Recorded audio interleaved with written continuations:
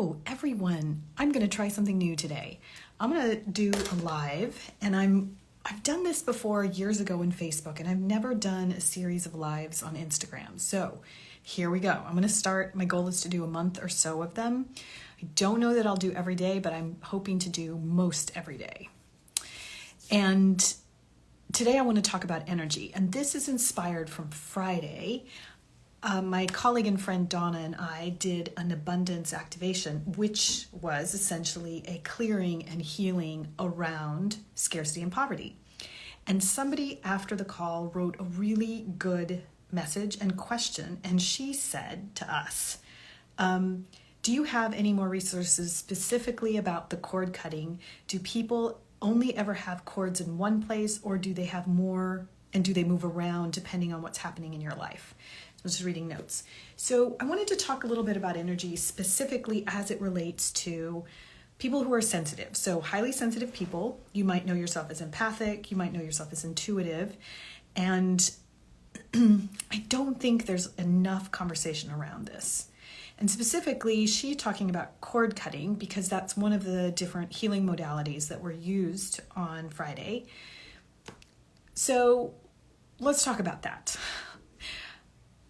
The reason we did a cord cutting is because we all are energy beings, right? We've always talked about the fact that we're energy beings. Like our nervous system, like our physical body is energy, but then we're also spiritual and we have a soul connection, and that is also an energetic connection.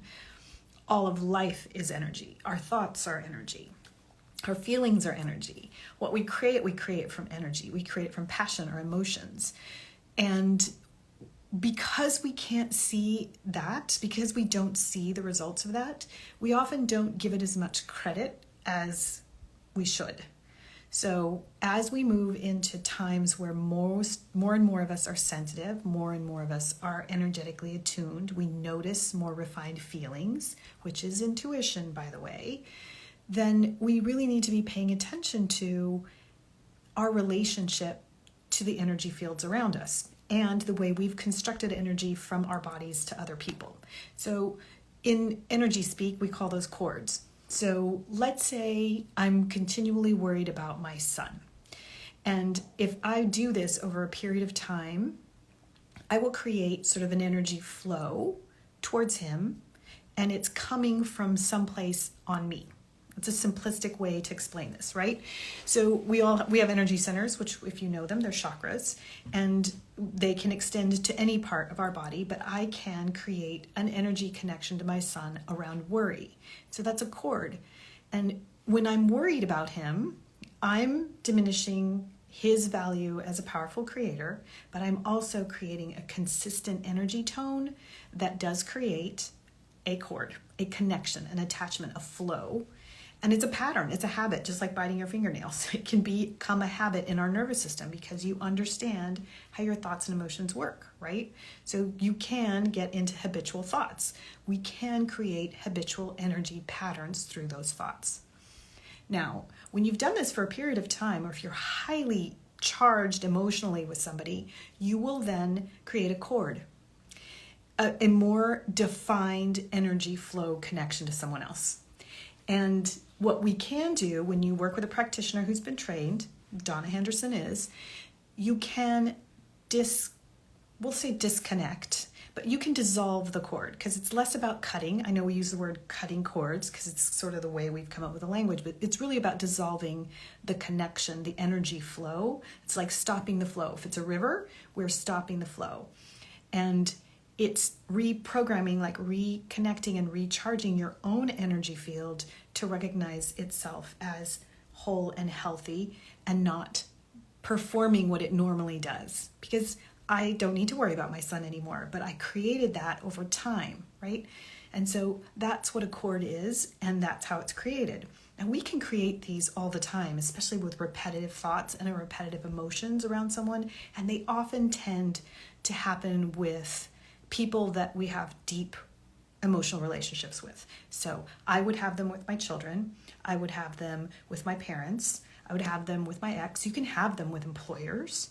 You can have them with best friends. And the way to kind of tell if you have a cord usually your friends will tell you, you've got something going on. Like there's a woman in our mentorship who has this very bizarre back and forth relationship with a realtor. And we're like, you need a cord cutting there because this is making almost no sense because we know you and this is not you. And so it's just an energy drain, because when your energy isn't held whole, you will have it drain off in that connection. I want to thank you all for joining on. So when you have a cord and you find somebody who can cut it or dissolve it or release it, it brings all of your energy back to yourself. You're no longer draining that energy out in an unhealthy way. It's not constructive. They're a powerful creator. You're a powerful creator. We're both walking our walks. We don't need to be seeing somebody else in a diminished light and then worry about them, right? So we collect up our energy again, and then we have the freedom to have a relationship with that person without that drain. And it completely changes the dynamic. Make sense? Now, do cords move around? No, not usually. Usually it's created from one energy field in our body to someone else. You can have multiple types of cords. So you can have multiple cords. Usually you have primary cords and secondary cords. And Donna is far more versed, and I'll make sure to leave a link for her, but that's Donna Henderson. And can do cord cuttings, which again, to me, is dissolving the cord. And it just helps reclaim your energy in a beautiful way. So that's one thing that I want to make sure we understood. Now, when you think about cords, I want you to think about energy in a more specific way, which isn't necessarily cord-based, but very similar. So if you're an empath or you're sensitive to other people's energy, maybe you don't call yourself an empath, but you you really can feel other people's emotions, or you can have a sense of what's going on before it's going on, or you are really compassionate about others and you might like to always do for them or help uplift them, which we tend to do as intuitives and empaths and highly sensitive people. One of the things that I want to bring your awareness to, because this was a learning for me, I am highly empathic. I do feel everyone's energy. I can feel the collective energy. I can feel energy walking around here. I can sometimes feel people who I'm just hearing about, like someone's telling a story and I get a sense of their vibe. That's okay. That's normal. We know we need to have our senses alive and alert that way. The place where we diminish ourselves from an energy perspective is when we start sending our energy into someone else. And I want to clarify two kinds of energy, because when you make that distinction, it really helps when you're an empath. So let's pretend we have two kinds of energy. I don't know how many kinds we actually have, but my perception helps me manage my connection to this collective energy, like when there's a whole world worrying about who's getting elected or some military whatever that's going on, or when you have somebody who's sad or depressed who's a family member. Can be any one of these things. You have two kinds of energy. You have your own energy field that you generate off your physical body, which we know because you can feel it, because you can work out with that energy. You have the impulse to do things, like you can get inspired and you want to clean the house, or you want to launch a program, or whatever it is. That energy is your energy. It exists within your energy field, and when you're exhausted, you've drained your own energy field, okay? Then you have another energy field that is directly connected to your soul, source, spirit energy, like the spark of life that is creation within you. There is a flow of that energy. Those are two kinds of energy. I like to call the one that's just mine, it's my will energy. I will make myself do things. It's a willful, directed energy. But when I connect to the other energy, when I connect to my soul, and I tend to do that by, I will breathe through the top of my head, and I will imagine connecting to pure source energy, whatever that is for you. If you don't have a practice in that, leave me a message and we can talk some more. I'm looking for questions to talk about over the next month or so related to intuitives, empaths, energy, and business, and all the things that come in between. So when you connect to that energy and you draw it down through yourself, and you allow yourself to fill your heart with that energy and all your energy centers, but let's direct from the heart. When you use that energy to to express that energy out to another as an empath, then that's completely different. Because when you're using your own will, your worry, your concern, your empathy, your sympathy for someone else when they're not feeling great, you're using your whole human energy does not have the wisdom to know what to offer another. But when you allow yourself to reach out to an energy that is bigger than you, with more wisdom than you, and you flow it through you, and you offer that through your heart, through your love, that's a completely different way to share energy with someone else that has a wisdom to it that does not connect you to them. Okay, that's not a human connection when you're empathing and courting with someone else out of worry, or empathing and offering somebody else energy to uplift them, but then it drains you. So that is really, really helpful to learn. When you can learn to pay attention to the difference in the two kinds of energy as an intuitive or an empath or a highly sensitive person, you really shift your life. You reclaim a lot more of your energy for yourself, like your physical energy, your will energy.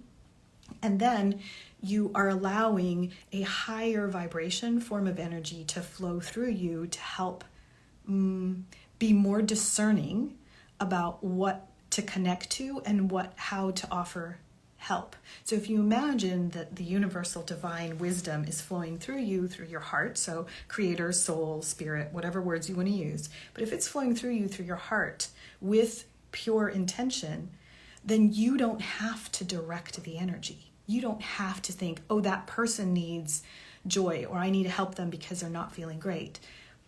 That's all gone. That's not your responsibility. That's source energy. That's universe. That's their soul receiving what it needs for that human in that moment. So can you see where energy is actually a really important thing to be conscious of? Like, that's the whole point of this live. I find so often that we don't really talk about these things. We don't think about these things. And I tend to always think about these things because it's at this core level of awareness of our energy fields and how it works with our own body that we actually create. It's how we create happiness. It's how we create stuff in our business. I work with entrepreneurs or women, intuitive women in business all the time. And the number one thing we work on in order to grow a business or to be successful or to feel accomplished or to create the dream we have is to work on this energy. And the energy, it's the energy of emotions, it's the energy of our nervous system engaging with our universal soul creation. And it's the way that we feel, let's say the astro weather, when the planets are moving and they're directing a different kind of energy to us and how we interact with it. This is all a kind of refinement that we don't have available to us. Unless you happen to be friends with other people who talk about this and see it this way, we don't have places that teach us this in this degree. Maybe you've been lucky to find some people who talk about it. Like I have found an astrologer I really like on YouTube who talks about the really high vibration of astrology and how that's affecting us emotionally. So, I just wanted to offer this for the people who tend to follow me, which again, intuitive women in business, and highly sensitive people. We need to have more conversations like this. We need to explore how we create with our energy. Here's why we need to do this. Not just because we want to accomplish things for ourselves and it helps us create more. We really need to do this because all of the whole entire planet is becoming more intuitive. And by intuitive, I mean we are able to sense the energy around us. And nowhere did I ever, in the course of my 50 years of life, encounter someone to teach me this. It didn't happen in high school. And I had pretty far out there, exposure to astrology when I was really young, and I've been really open-minded, but the language of intuition is a developing language. It exists independently and uniquely for each person. The way I perceive energy and the way I receive my wisdom through my intuition is completely different than any one of you who are on here or who listen. Completely different. And I like to ask because sometimes I can perceive someone else's if they tell me how theirs works. Your language and my language of intuition, totally different. completely different. And how it develops, because it's going to be developing because the frequency of the planet is raising, and the energy that we're receiving from the heavens, from the stars, is so much higher vibration that it's turning our energy fields on. So we have more sensory perceptions turning on. So think of it like you could only hear certain sounds, and now you're hearing more sounds. Like we think of it also like I used to be able to smell only very, very strong smells, and as I've cleaned up my diet, I can smell really refined smells. I don't know if that happened to you if you've been pregnant. Like when I was pregnant, I went from felt like I smelled like a normal person, like I could smell smells like a normal person, and when I got pregnant, I could smell everything. I could smell the chemicals in somebody's hair shampoo. It was unbelievable. That's what's happening to us in our energy fields, and our intuition receives the energy and the communication from our energy fields.